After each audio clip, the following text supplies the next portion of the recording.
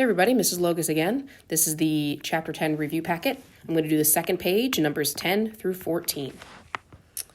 All right, number 10. A chord of a circle is 24 inches long and is 9 inches from the center of the circle. Find the length of the radius. All right, so I'm going to draw a circle, and I'm going to draw a chord that's definitely not going through the center. And I'm also going to draw the center of the circle, and it gives me that the chord here is 9 inches from the center of the circle. The nice thing about the radius and the chord is that they hit at a right angle, and the radius always bisects the chord. So we have a situation now that if the entire chord was originally given as 24, that each of these will be 12. The goal of this problem is to find the radius. And another goal of this problem is to somehow draw a right triangle. That's what I think is the most helpful thing to do. And so there's a specific place we could draw the radius that we actually can help ourselves. So for instance, if I go from the center to the side, that is my radius. So what I have here is a little right triangle where I have 9 and 12, and I'm trying to find r. So a common theme of the circle chapter, when right triangles show up, is Pythagorean theorem. So let's do Pythagorean theorem, and we'll find our answer. 81 plus 144, 225 equals r squared, square root. You get that your radius is 15 inches. And that's the answer for number 10. Number 11 is a similar idea, but different information is given. The diameter of a circle is 34 centimeters long, and the chord is, this should also be centimeters, 30 centimeters long. Find the distance of the center to the chord. So let me draw the circle, draw a chord, draw the center to there. The nice thing here is if it gives you the diameter is 34, that means you automatically know that the radius is 34 divided by 2, or 17 centimeters. So let's see what we have in terms of the picture. It's given that the chord is 30 centimeters long, and just like the last problem, the radius and the chord hit at a right angle and bisects the chord, which means that each of these are 15 centimeters long. What we're looking for this time is the distance from the center to the chord. So we're looking for this little guy. And just like the last problem, it's helpful to draw the radii to form right triangles. And we know that the distance of both of those is 17 because we did diameter divided by 2. So this time we have a little right triangle where the hypotenuse is given. We know the bottom, but we're trying to find this value. So yet again, the Pythagorean theorem applies here.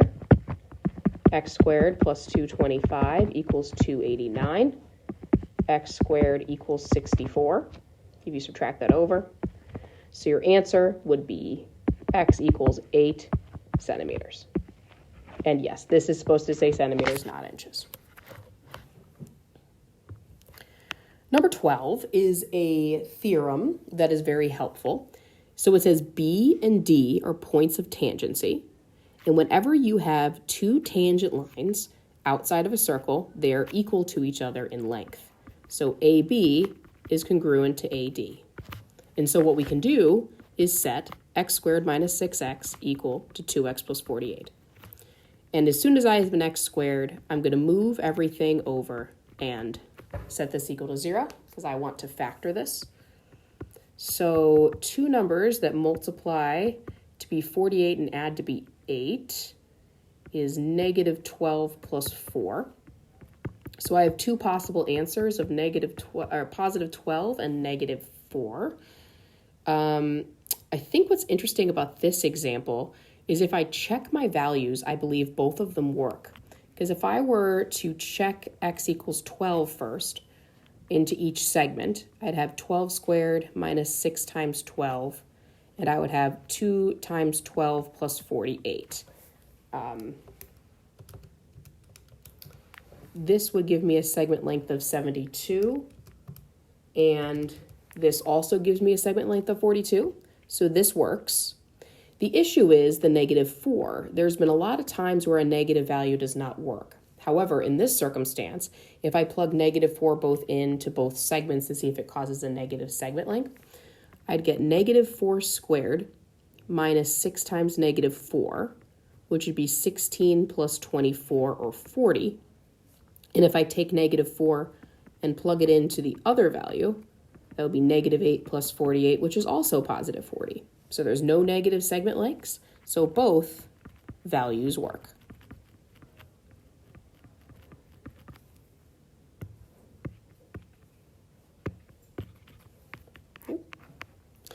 Yes, number 13. This is a walk-around problem.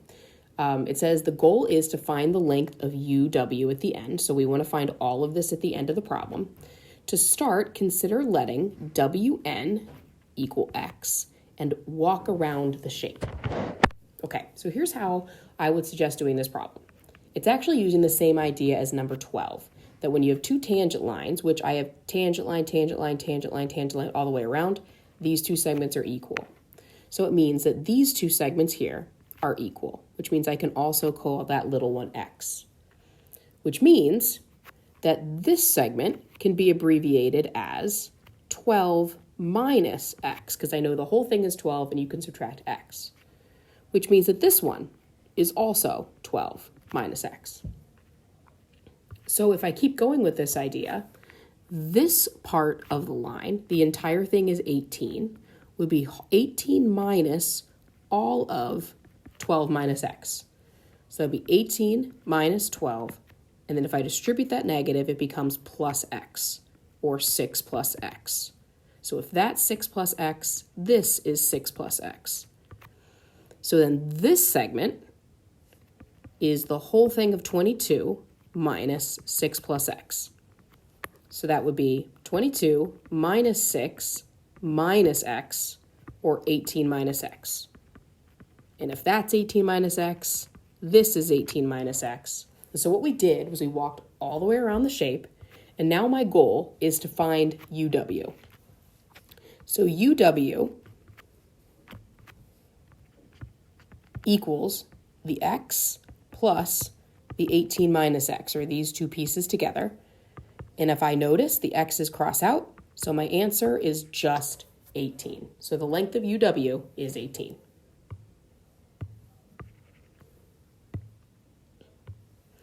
Number 14, last one for this page.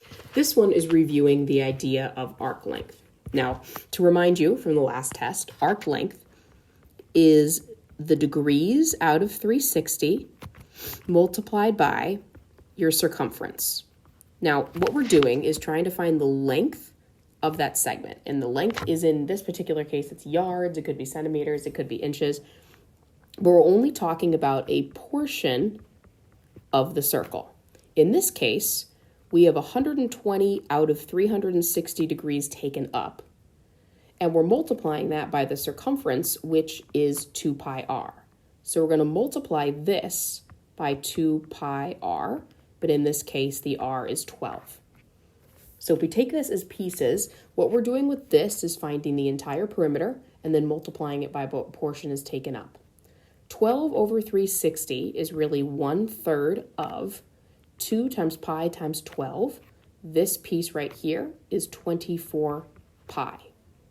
Then what you're going to do is only look at 1/3 and 24 and simplify that part. So 24 divided by 3 is 8. So this would simplify to 8 pi yards. And so my answer for number 14 is 8 pi yards. And the reason that is, again, is you're taking the portion of the circle, multiplying it by 2 pi r. So that's 1/3 times the circumference, which is 24 pi. So then what you're really doing down here is doing 24 divided by 3 pi, which gets you this. So that's the end of video 2. I want to do these review material, and we'll pick up on the next one with number 15. Thank you.